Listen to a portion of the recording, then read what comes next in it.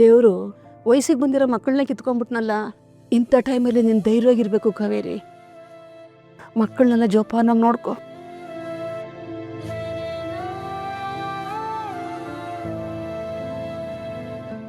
ಒಂದು ನಿಮಿಷ ಕೂತಿರಿ, ಬಂದೆ. ಸರಿಮ್ಮ.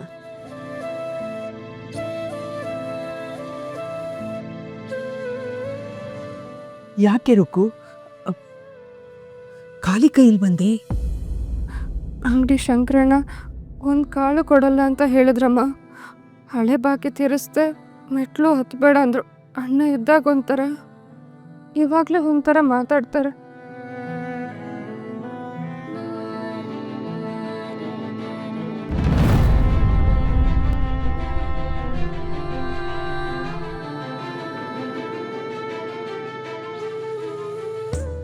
ಇದು ನನ್ನ ಕಾಲೇಜ್ ಫೀಸಿಗೆ ಅಂತ ಕೂಡಿಟ್ಟ ದುಡ್ಡು. ಹೊಟ್ಟೆ ತುಂಬಿದ್ರೇ ತಾನೇ ಓದೋಕ್ಕಾಗೋದು.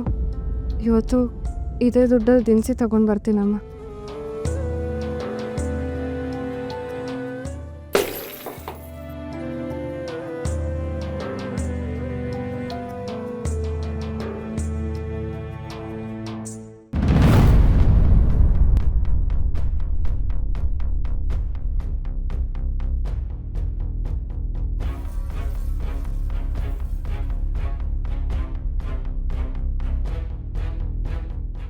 ಏಯ್, ಯಾರ್ರೀ ಅದು ಮನೇಲಿ? ಸಾಲ ಕೊಡಕ್ಕಾಗ್ದಾದ್ಮೇಲೆ ನೀವೆಲ್ಲರೂ ಯಾಕ್ರೆ ಬದುಕಿರ್ತೀರ? ಬರ್ರಿ ಆಚೆ.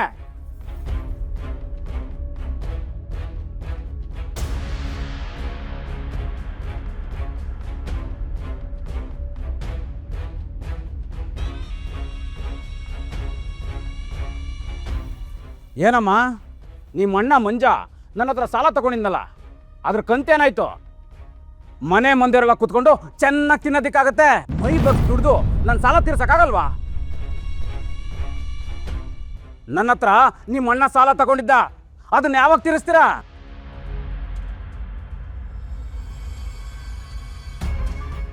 ಸಾಲ ತಗೊಳ್ಳೋವಾಗ ಒಳ್ಳೆ ರಾಜನ್ ಥರ ಇರ್ತೀರಾ, ಅದೇ ವಾಪಸ್ ಕೇಳುವಾಗ ಭಿಕ್ಷುಕರ ಥರ ಆಡ್ತೀರಾ. ಸರ್, ಮನೆ ಹತ್ರ ಬಂದು ಯಾಕೆ ಸರ್ ಕೂಗಾಡ್ತಿದ್ದೀರಾ? ಮತ್ತಿನೇನು, ಐಸ್ ಕ್ಯಾಂಡಿ ಕೊಟ್ಟು ಒಳ್ಳೆ ಪಾಪು ಥರ ಮಾತಾಡ್ಸ್ಬೇಕಾ? ಇಸ್ಕೊಂಡ್ರ ಸಾಲ ತೀರಿಸ್ಬೇಕು ಅನ್ನೋ ಬುದ್ಧಿ ಇಲ್ವ ನಿಮ್ಗೆ? ಸಾಲ ತಗೊಂಡಿರೋದು ನಿಜ ಸರ್. ಹಾಗೆ ಅಂತ ಮನೆ ಮುಂದೆ ಬಂದು ಮರ್ಯಾದೆ ತೆಗೆದ್ರೆ, ಇವಾಗ ದುಡ್ಡಿಲ್ಲ ಅಣ್ಣ, ಖಂಡಿತ ವಾಪಸ್ ಕೊಡ್ತೀವಿ ನೋಡಿ. ಮರ್ಯಾದೆ ಪ್ರಶ್ನೆ. ಓ, ಸಾಲ ತಗೊಳ್ಳುವಾಗಿಲ್ದೇ ಇರೋ ಮರ್ಯಾದೆ ಸಾಲ ವಾಪಸ್ ಕೇಳುವಾಗ ಬಂದ್ಬಿಡುತ್ತಾ? ಇವತ್ತು ದುಡ್ಡು ಸಿಗದೆ ನಾನು ಇಲ್ಲಿಂದ ಕದ್ಲಲ್ಲ. ದುಡ್ಡು ಕೊಟ್ರೆ ಸರಿ, ಇಲ್ಲಾಂದ್ರೆ ನಿಮ್ಮ ಮರ್ಯಾದೆನೆ ಬೀದಿ ಪಾಲಾಗುತ್ತೆ.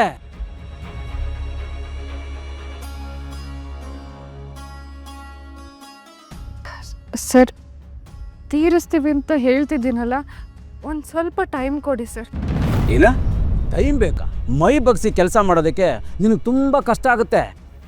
ಮೈ ಕೈ ತುಂಬಿಕೊಂಡು ಸೂಪರ್ ಆಗಿದೆಯಾ, ಕೆಲ್ಸಕ್ಕೆ ಬರ್ತೀಯಾ, ಒಳ್ಳೆ ಸಂಪಾದನೆ ಆಗುತ್ತೆ.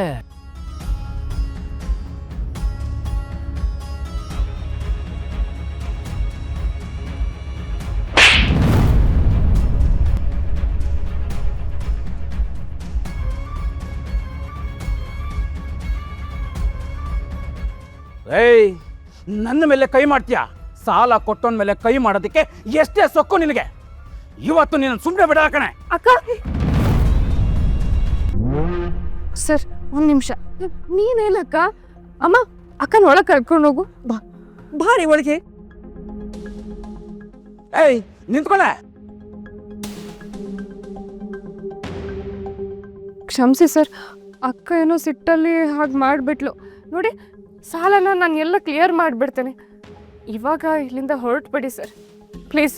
ಚರ್ಬಿ ಇದೆ ಅಂತ ನನ್ನ ಮೇಲೆ ಕೈ ಮಾಡ್ಬಿಟ್ಲಲ್ಲ, ಅವಳು ಇಲ್ಲಿ ಬರಬೇಕು, ಎಲ್ರ ಮುಂದೆ ನನ್ನ ಕಾಲಿಗೆ ಬಿದ್ದು ಕ್ಷಮೆ ಕೇಳಬೇಕು.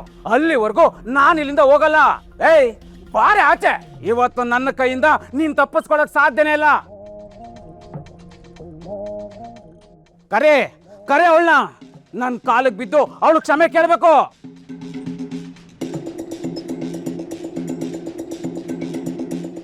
ಇರೋ ಸಮಸ್ಯೆಗಳ ಸಾಲದ ನಿನ್ಗೆ ಮತ್ತೆ ಹಾಕಿದೆಲ್ಲ ನಿಂದು ಗಲಾಟೆ. ಮತ್ತಿನ್ನೇನಮ್ಮ, ಅವನು ಅಷ್ಟೊಂದೆಲ್ಲ ಕೆಟ್ಟದಾಗಿ ಮಾತಾಡ್ತಾ ಇದ್ರೆ ಕೇಳಿಸ್ಕೊಂಡು ಸುಮ್ಮನೆ ಇರ್ಬೇಕೇನಮ್ಮ? ಸದ್ಯಕ್ಕೆ ಸುಮ್ಮನಿರೇ ಕಲ್ಯಾಣಿ ನೀನು. ಏನೇ ಅಕ್ಕ ನೀನು, ಅವ್ರು ಇವಾಗ ಕ್ಷಮೆ ಕೇಳಲೇಬೇಕು ಅಂತಿದ್ದಾರೆ. ಇಲ್ಲ ರುಕ್ಕು, ನಾನು ಕ್ಷಮೆ ಕೇಳಲ್ಲ ಅಂದ್ರೆ ಕೇಳಲ್ಲ. ಇವತ್ತು ನಮ್ಮ ಅಣ್ಣ ಇಲ್ಲ ಅನ್ನೋ ಕಾರಣಕ್ಕೆ ಯಾವ್ದ್ಯಾವ್ದೋ ನಾಯಿಗಳು ಬಂದು ನಮ್ಮ ಬಗ್ಗೆ ಕೆಟ್ಟದಾಗಿ ಮಾತಾಡ್ತಿವೆ. ಹೆಣ್ಣು ಮಕ್ಕಳ ಬಗ್ಗೆ ಅಷ್ಟೊಂದು ಕೆಟ್ಟದಾಗಿ ಮಾತಾಡ್ತಿರೋ ಅವ್ರ ಮುಂದೆ ನಾನ್ ತಲೆ ತಗ್ಸಿ ಕ್ಷಮೆ ಕೇಳ್ಬೇಕಾ?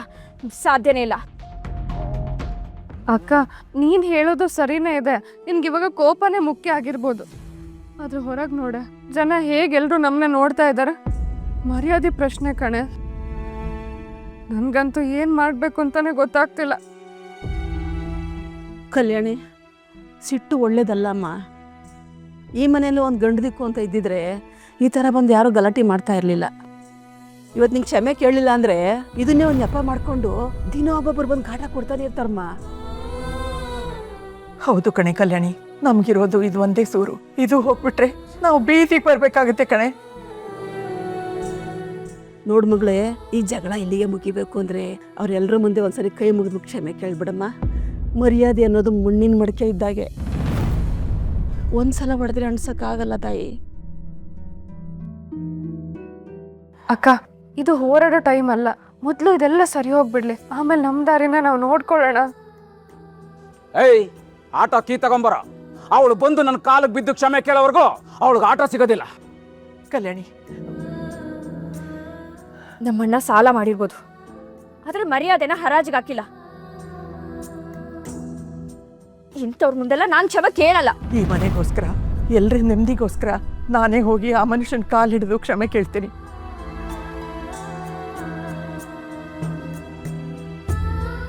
ಅಮ್ಮ ನಿಂತ್ಕೋ. ನೀನು ಈ ಮನೆ ಕಿರೀಟ ಇದ್ದ ಹಾಗೆ, ನೀನು ಯಾರ ಮುಂದೂ ತಲೆ ಬಾಗಬಾರ್ದು. ನಾನೇ ಎಲ್ಲ ನೋಡ್ಕೊಳ್ತೀನಿ, ನೀನಿಲ್ಲ ಇರು.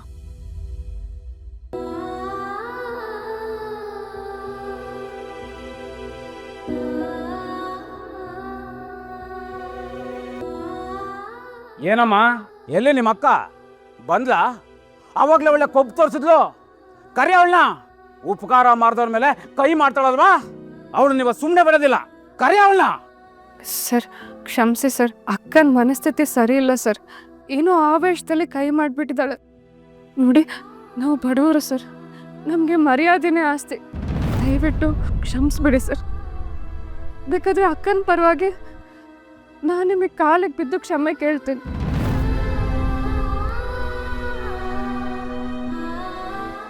ರುಕು.